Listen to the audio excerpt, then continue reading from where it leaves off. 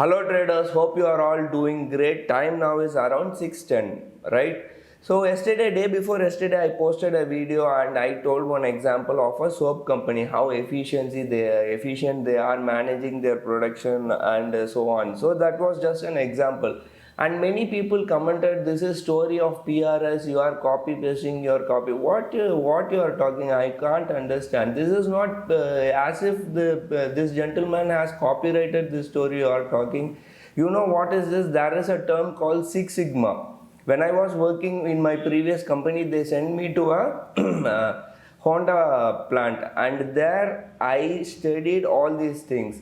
You go on Google Six Sigma, Kaizen, Lean Management, Lean Production. What are all these things? Like this, I can tell hundreds of stories to you.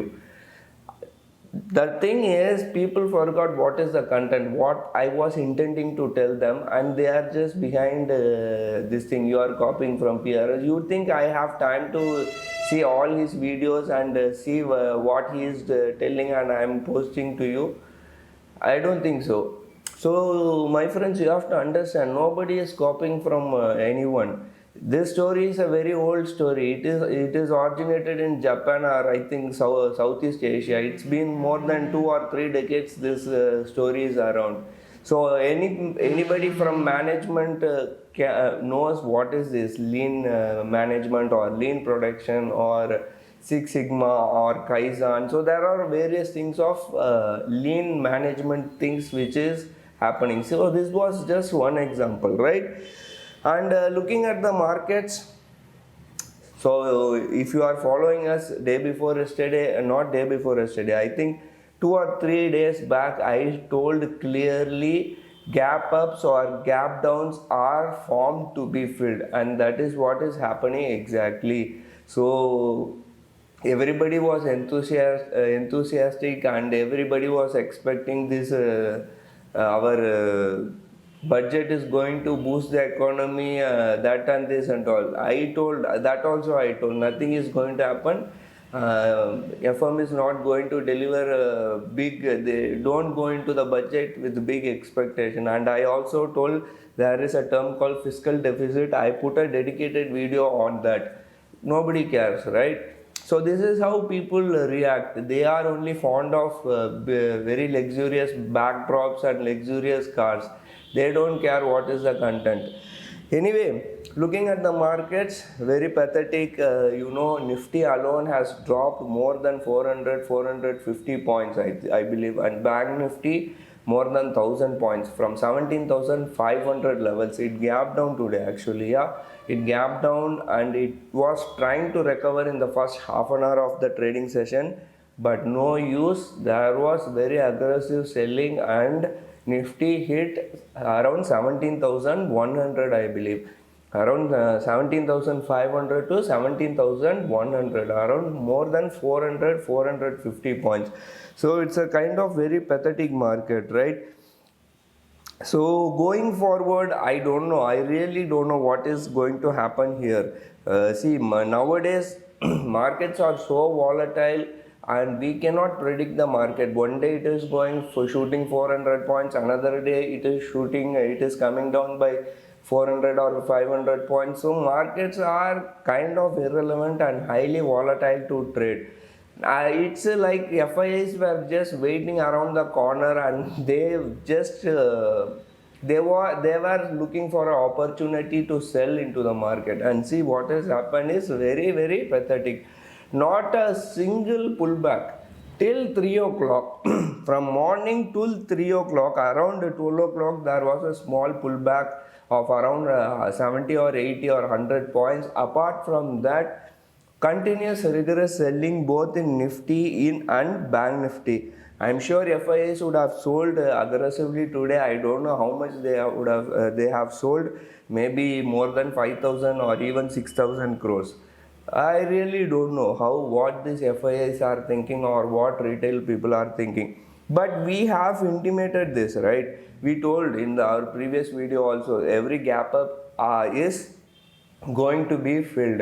But I just gave you a tentative information. It doesn't, what I told is that it is likely to be filled, but we don't know when it is going to be filled. Maybe it is today, or maybe it is tomorrow, or maybe it is next month, we don't know, but it is going to be filled.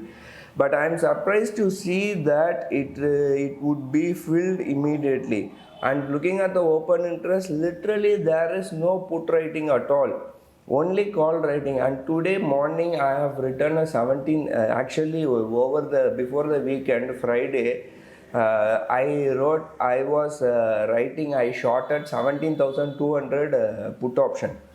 You imagine today, around today morning, I was in a loss of 1,33,000 in that one position alone. So still we are holding that position, and we will see how things pan out. We will have to manage. To manage that position, I had to sell 18,000, 17,900, 17,800.